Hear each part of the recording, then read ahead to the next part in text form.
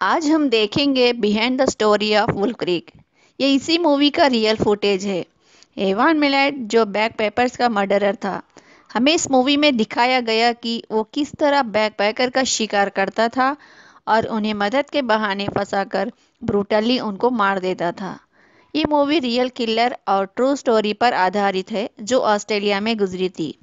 हमें यहाँ ये भी दिखाया जाता है कि ऑस्ट्रेलिया में हर साल 30,000 लोगों की मिसिंग रिपोर्ट आती है, जिसमें से सिर्फ 90% लोग एक महीने के अंदर मिल जाते हैं। बाकी लोगों का कोई पता नहीं चलता। चलो अब मूवी शुरू करते हैं। मूवी के शुरू में हम देखते हैं कि ब्रिटिश टूरिस्ट लिज हंटर और क्रिस्टी एल जो अपने ऑस्ट्रेलियन फ्रेंड बेन के साथ बैकपैकिंग कर रही होती है। बेन अपनी जर्नी के लिए पुरानी कार को खरीदता है। अब ये तीनों जर्नी के लिए निकलते हैं। अंधेरा होने से पहले हॉल्ट क्रीक पहुंचकर वहीं रात गुजारते हैं। सुबह होने पर वहां से निकल जाते हैं। काफ़ी दूर जर्नी करने के बाद ये लोग पहुंच जाते हैं इमो क्रीक। बेन अपने कैमरे से रिकॉर्डिंग शुरू करता है। लिज और क्रिस्टी फ्रेश होने अंदर जाते हैं। वहाँ कुछ लोग उनको टीज करते हैं, पर झगड़ा ना चाहते हुए वे लोग वहाँ से चले जाते हैं। काफ़ी दूर जाने के बाद ये लोग पहुंच जाते हैं वुल्फ क्रीक, जो डिजर्ट का एक बड़ा पार्क होता है। कुछ देर एंजॉय करके जाने की तैयारी करते हैं। उनकी कार स्टार्ट नहीं होती है। अंधेरा होने पर अब ये लोग यहीं रात गुजारने को सोचते हैं। कुछ देर बाद वहाँ ट्रक लेकर एक आदमी आता है। उसका नाम मिक था। ये उनकी मदद करने की कोशिश करते हुए कहता है कि टूल्स की ज़रूरत है, जिसके लिए हमें कैंप जाना पड़ेगा। वे लोग उसके साथ जाने लगते हैं। जाते वक्त रास्ते में काफ़ी अंधेरा था। कई घंटों दूर जा चुके थे। कैंप जो एक पुराने माइनिंग सेट पर था।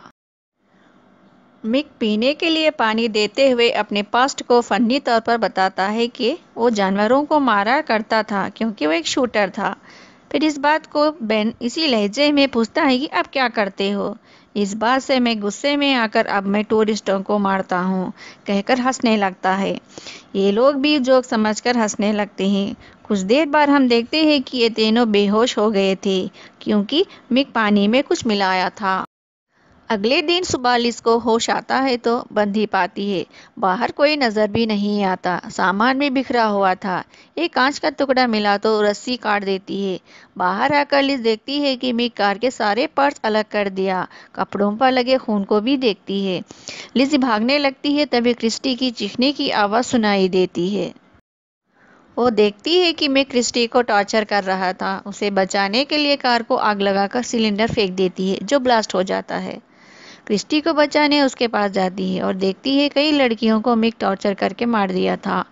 क्रिस्टी को इनके बारे में पूछती है और मिक पर गन से शूट करती है, जो उसके नेक को लगने से बेहोश हो जाता है। मिक के पास से चाबी लेकर कार स्टार्ट कर रही थी, तभी मिक पीछे से राइफल लेकर शूट करता है। कार को मिक के ऊपर चढ़ाने की कोशिश करती है, फिर भी वो बच जाता है। ये लोग गाड़ी को बहुत तेजी से चला रहे थे कि एक खाई के पास चले जाते हैं। दूसरा रास्ता नहीं था, जिसकी वजह से लिस चाबी निकालकर खाई में कार ढकेल देती है और छिप जाते हैं। माइक कंफर्म करने के लिए नीचे जाता है। कार की चाबी ना रहने से लिस क्रिस्टी को लेकर फिर से माइनिंग साइट पर पहुंच जाती है, क्योंकि उसके पास चाबियों का गुच्छा था। मतलब मिक के पास कई और गाड़ियां होंगी। लिस क्रिस्टी को कहती है कि अगर 5 मिनट में मैं ना आऊँ तो तुम वहां से चली जाना। उसे वहाँ न्यूज़पेपर के कट गन भी मिलती है, जिसे वो लोड करके अपने पास रख लेती है। लिज वहाँ पर कई सारी चीज़ें देखती है जो उन टूरिस्टों की होती है जिसे मिक ने मारा था। लिज को पता चलता है कि मिक पहले मदद की एक्टिंग करता है, फिर उनको मार देता है। लिज को वहाँ पर बेन का कैमरा भी मिलता है, जिसे चेक करने पर उसमें मिक की ट्रक भी दिखाई देती है। लिज समझ जाती है कि मिक पहले से ही पीछा कर रहा था। लिज कार स्टार्ट कर रही थी, तभी पीछे से मिक लिज को चाकू से मार डालता है। दूसरी तरफ लिज को गए बहुत देर हो जाने से क्रिस्टी वहां से भाग निकलती है। सुबह तक वो सड़क पर पहुंच जाती है। हेल्प मांगने के लिए जाती है तो उस कार में एक बूढ़ा आदमी होता है। पानी और ब्लैंकेट लेने बाहर निकलता है, तभी मिक उसे भी मार देता है।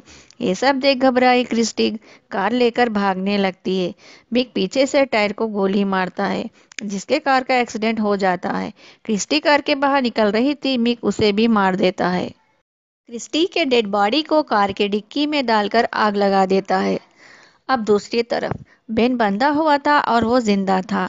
बड़ी मुश्किल से बेन अपने आप को छुड़ा लेता है और भागने लगता है।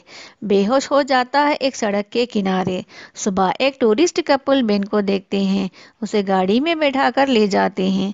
अगली सीन में पुलिस आती है और बेन को एयरलिफ्ट करके ले जाती है।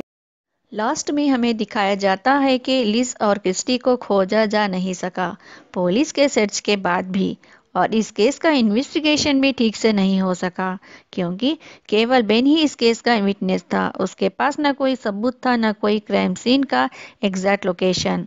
बेन को 4 महीने पुलिस कस्टडी में रखने के बाद उसे बरी किया गया। अब वो साउथ ऑस्ट्रेलिया में रहता है। इसके बाद हम देखते हैं कि मिक जिंदा है और आराम से घूम रहा है। That's all. Comment please.